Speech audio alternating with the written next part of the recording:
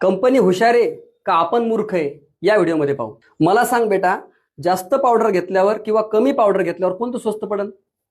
जास्त पावडर घेतलं स्वस्त पडेल. काय रे बाळा, कोणतं पावडर घेतलं स्वस्त पडेल? जास्त पावडर घेतलं तर स्वस्त पडेल. बघा, याचाच वापर करून कंपनी कशी फसवती बघूया आपण. पहा, मी मार्केटमधून 2 पावडरचे डब्बे आणले. हा आणला 10 वाला, हा आणला 65 वाला. तर बघा, हा 10 वाला पावडरचा डब्बा आहे, त्याच्यामध्ये आपल्याला भेटलं 19 ग्रॅम. आणि हा 65 वाला पावडरचा डब्बा आहे, याच्यामध्ये आपल्याला भेटलेला आहे 50 ग्रॅम. आता पाहू आपण कोणता डब्बा स्वस्त पडतो, कॅल्क्युलेशन करू. तर पहा, हा जो 10 रुपयावाला पावडरचा डब्बा आहे त्यामध्ये आपल्याला 19 ग्रॅम भेटलं. ठीक आहे, म्हणजेच 1 रुपयाला भेटला आपल्याला 1.9 ग्रॅम. इथपर्यंत समजलं?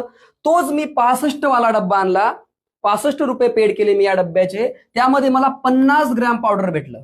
बघा, तुम्ही हुशार आहात, गणित किती महत्वाचं आहे. मग 1 रुपयाला मला किती पडलं? 0.77 ग्रॅम पावडर, ज्यावेळेस मी 65 रुपयाचा डब्बा घेतला. कॅल्क्युलेशन समजतंय का? बघा, जर मी 65 रुपयाचे 10 वाले डब्बे घेतले असते तर मला 6.5 डब्बे आले असते. क्लिअर?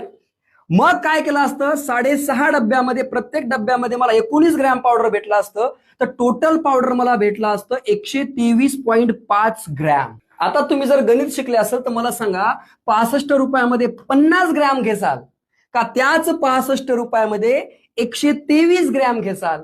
किती महत्वाचं आहे गणित, या व्हिडिओच्या माध्यमातून मी तुम्हाला सांगतो. याच अडाणीपणाचा वापर करतायत कंपनी. ते फक्त एकच लक्षात घेतात, जास्त घेतलं की स्वस्त पडतं, जास्त घेतलं की स्वस्त पडतं. आपल्या माथ्यामध्ये तीच गोष्ट बसली, म्हणून आपल्याला कंपन्या रोज फसवतात. हे फक्त या पावडरच्या डब्यासोबत नाही, प्रत्येक पॅकिंग सोबत हे घडतं. तुम्ही चेक करू शकता. व्हिडिओ आवडला असेल तर प्रत्येकापर्यंत पोहोचवा. कॉमेंटमध्ये तुमची प्रतिक्रिया नक्की कळवा. जय हिंद, जय महाराष्ट्र.